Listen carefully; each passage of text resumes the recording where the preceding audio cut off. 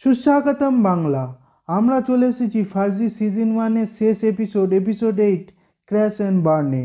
এই এপিসোডের শুরুতেই ওয়েব সিরিজে কাউন্টারফিটের সঙ্গে যে ক্যারেক্টারগুলো ডিরেক্টলি যুক্ত তাদের প্রত্যেককে একবার করে দেখিয়ে বোঝানো হচ্ছে এরা সবাই নানাভাবে নিজেদের জীবনে এইবার অগ্নি পরীক্ষা দিতে চলেছে। সানিরা এই প্রথম 100 কোটির মতো বিরাট অঙ্কের FICN ডেলিভারি করতে চলেছে। মেঘার লাইফের এটা ফার্স্ট ফিল্ড অপারেশন হতে চলেছে। মনসুর যদি এই 1000 কোটির কেসে কোনো ভুল করে তাহলে ওদের হাইকমান্ড ওকে শেষ করে দেবে। আর মাইকেল যদি আর্টিস্টকে ধরবার এই বেস্ট চান্সটা হাতছাড়া করে ফেলে তাহলে ওর এতদিনের সমস্ত হার্ডওয়ার্ক বেকার হয়ে যাবে। সানিরা 100 কোটির ডেলিভারিটা DCT মলের এক জায়গায় করতে চলেছে, কিন্তু এইবারে সানিকে খুব মুড অফ দেখায়। ফিরোজ জানতে পারে সানি মেঘার মোবাইলে হ্যাকিং সফটওয়্যারটা আনইনস্টল করে দিয়েছে, তাই ফিরোজ ওকে প্রশ্ন করে ওই কাজের এক্সপ্লেনেশন চায়। তবে সানি বিষয়টিকে ইগনোর করে দাদুর বাড়ি লাঞ্চ করতে চলে যায়। সেখানে সানি দাদুর হাতে ওর বেস্ট ডিশ পুরন ভাত খেতে খেতে মায়ের কথা জানতে চায় এবং নানা কথাবার্তার মধ্যে বোঝায় ও ওর মাকে তো বটেই, তার পাশাপাশি এখন দাদুর বকুনিটাকেও মিস করে।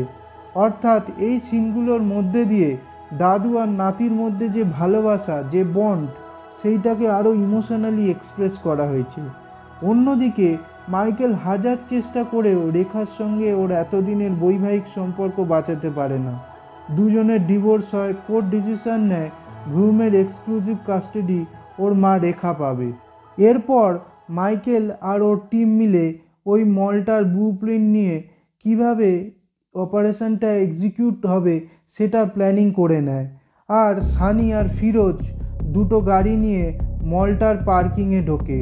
ফিরোজ লাল গাড়িতে জাল টাকা নিয়ে পার্কিংয়ের নিচের তলায় ওয়েট করে, আর সানি এর ওপরের তলায় একটা সিলভার কালারের গাড়িতে অপেক্ষা করে। ফিরোজ কাস্টমার ভেবে মাইকেলের টিমকে সানির গাড়িটার পার্কিং লোকেশন জানায়, আর মাইকেলের টিম যে গাড়িটা নিয়ে যাবে তার রং আর মডেলটা ছাড়া ফিরোজকে আর কিছুই বলে না। টিমে মেঘা আর পলাশ ওই গাড়ি নিয়ে সানির ফ্লোরে উঠতেই সানি ওদের গাড়িটা দেখতে পায়। মাইকেল সহ টিমের কিছুজন কন্ট্রোল রুম থেকে CCTV দিয়ে পার্কিংটাকে দেখতে পাচ্ছে। সানি গাড়িটা একটু আগে নিয়ে কিছুক্ষণ ওয়েট করতে থাকে, কিন্তু মেঘা কোনো মুভমেন্ট না দেখে অধৈর্য হয়ে গাড়ি থেকে নেমে চেক করতে বেরোয়। মেঘা একটু এগোতেই সানি ওকে দেখতে পায়, বুঝতে পারে এটা একটা ট্র্যাপ। মেঘা আস্তে আস্তে এগোয় গাড়ির ভেতর মুখটাকে দেখবে বলে, কিন্তু দেখতে পায় না। সানি ওকে এগোতে দেখে আস্তে আস্তে গাড়িটাকে পেছোয় এবং হঠাৎ স্পিড বাড়াতেই একটা পিলারে ধাক্কা খেয়ে গাড়িটা ঘুরিয়ে পালাতে থাকে। ততক্ষণে মাইকেলের টিম বুঝতে পেরেছে এই আর্টিস্ট। ওরা গাড়িটা নিয়ে সানির গাড়িটাকে ধাওয়া করে। সানি পার্কিংয়ের নিচের তলায় এসে ফিরোজকে জানায় ওরা ফেসে গেছে, ওকে মেঘার গাড়ি চেস করছে। ওরা সানির সিলভার রঙের গাড়িটা ছেড়ে ফিরোজের জাল টাকা ভর্তি ক্লিনিং কোম্পানির স্টিকার লাগানো লাল গাড়ি করে সাবধানে বেরোতে থাকে, কিন্তু ওরা মাইকেলের চোখাচুকি হয়ে পড়ে। মাইকেলকে ফেক আইডি দেখিয়ে বোকা বানিয়ে বেরিয়ে যাবে তক্ষুনি একজন অফিসার ওয়াকি টকিতে জানায় সিলভার রঙের গাড়িটা ফাঁকা পাওয়া গেছে।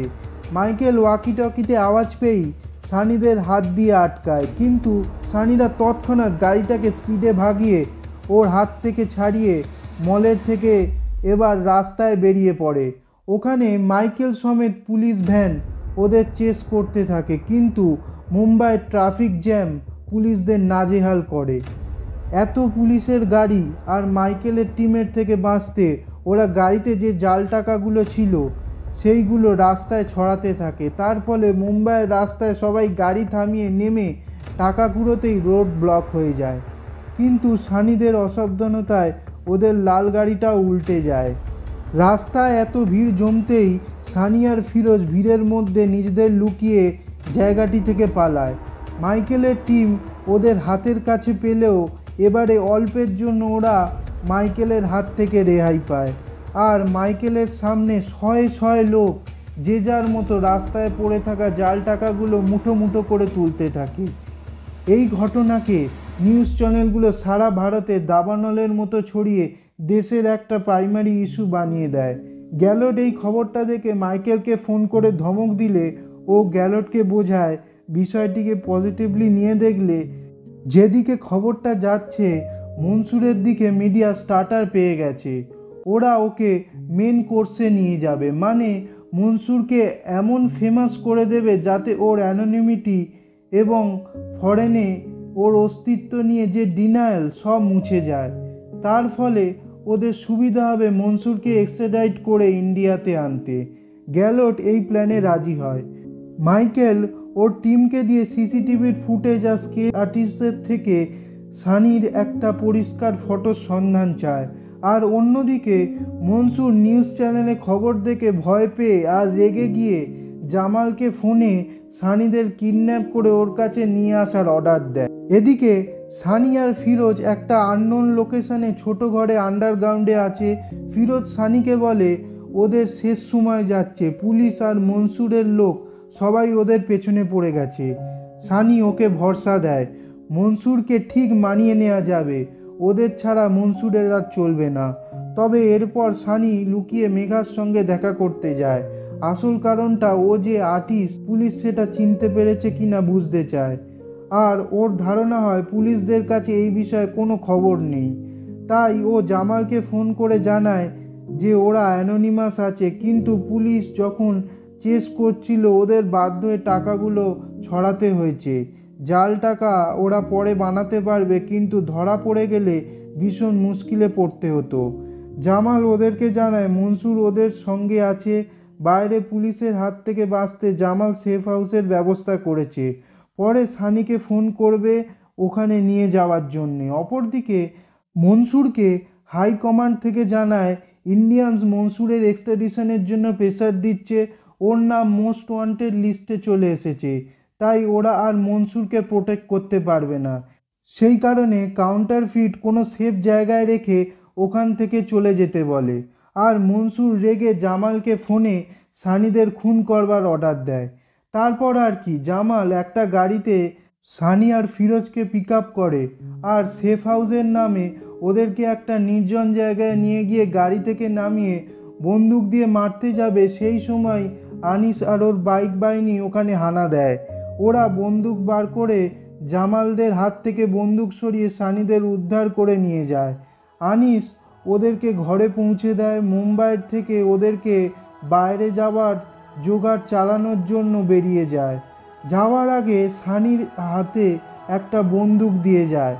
এরপর ইয়াসির চাচা ফোন করে জানায় মনসুর ওদের প্রেস জ্বালিয়ে দিয়েছে এবং সেই আগুনে ওর দাদু মারা গেছে। সানি শুনে শকে পুরো নিথর হয়ে যায়।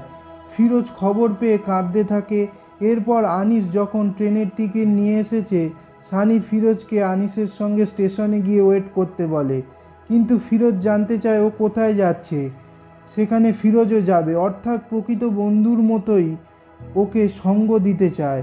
কিন্তু সানি ওকে স্টেশনে যাওয়ার জোর করে, তাই ও আনিসের সঙ্গে বেরিয়ে যায়।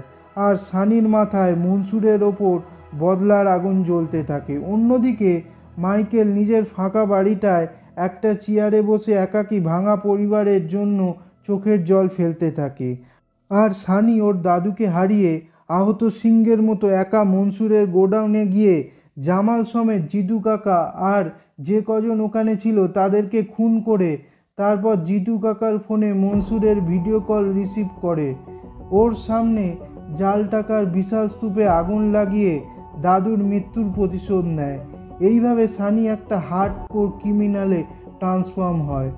আর মনসুর ওর জাল টাকা স্তূপ পুড়তে দেখে কাঁদতে থাকে। মাইকেল ওর ফ্ল্যাটটার ব্যালকনিতে বসে মদের গ্লাস নিয়ে বৃষ্টি দেখছে। ওদিকে ফিরোজ স্টেশনে সানির জন্য অপেক্ষা করছে। ট্রেন ছাড়বার অ্যানাউন্স করে দিয়েছে। মেঘা সিসিএফআরটির অফিসে বসে ঘুমাচ্ছে।